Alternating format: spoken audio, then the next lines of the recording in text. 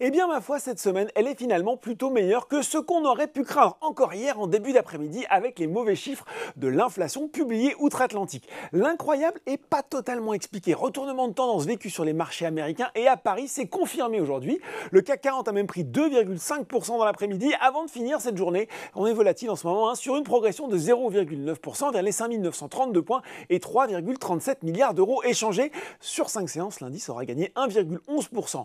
Outre-Atlantique, eh bien, le vent a lui tourné en hausse à l'ouverture. Le Dow Jones cède 0,4% à 17h45 vers les 29 923 points, quand le Nasdaq abandonne 1,6% vers les 10 476 points. Le bal des trimestriels a ouvert comme prévu avec les grandes banques. Morgan Stanley recule de plus de 3,7% après des chiffres inférieurs aux attentes, mais Citigroup, JP Morgan et Wells Fargo sont bien orientés. Alors, si on regarde maintenant les valeurs en hausse à Paris, eh bien, deuxième séance de net rebond pour Orpea, alors que le nouveau directeur général Laurent Guillot a annoncé en début de semaine la mise en place d'une nouvelle équipe de direction.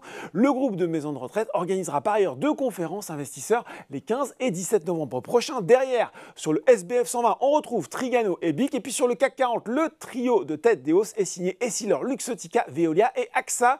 A noter aussi Française des Jeux qui grimpe de 2%, l'opérateur de jeux d'argent qui a relevé ses objectifs 2022 après de bons chiffres trimestriels. Il vise désormais un chiffre d'affaires en croissance de plus de 8% et une marge brute d'exploitation de l'ordre de 24%. Côté baisse, eh bien, c'est le producteur de nickel Eramet qui continue à rester sous pression, 4e séance consécutive dans le rouge et plus fort repli du SBF 120. Eutelsat était également en orbite basse. Pour rappel, Crédit Suisse a confirmé hier son opinion neutre sur l'opérateur satellitaire, mais il a réduit son objectif de cours de 10,70 € à 9,70 € après la publication des chiffres du 3e trimestre. Et puis sur le CAC 40, c'est Thales qui est sur la défensive. Cette fois, c'est JP Morgan qui a ajusté son objectif de cours sur le titre du groupe d'électronique et de défense, tout en maintenant sa recommandation à surpondérer, mais il ne vise désormais plus que 143 € contre 150 auparavant. Voilà, c'est tout pour ce soir. En attendant, n'oubliez pas, tout le reste de l'actu éco et finance est sur Boursorama. Très bon week-end.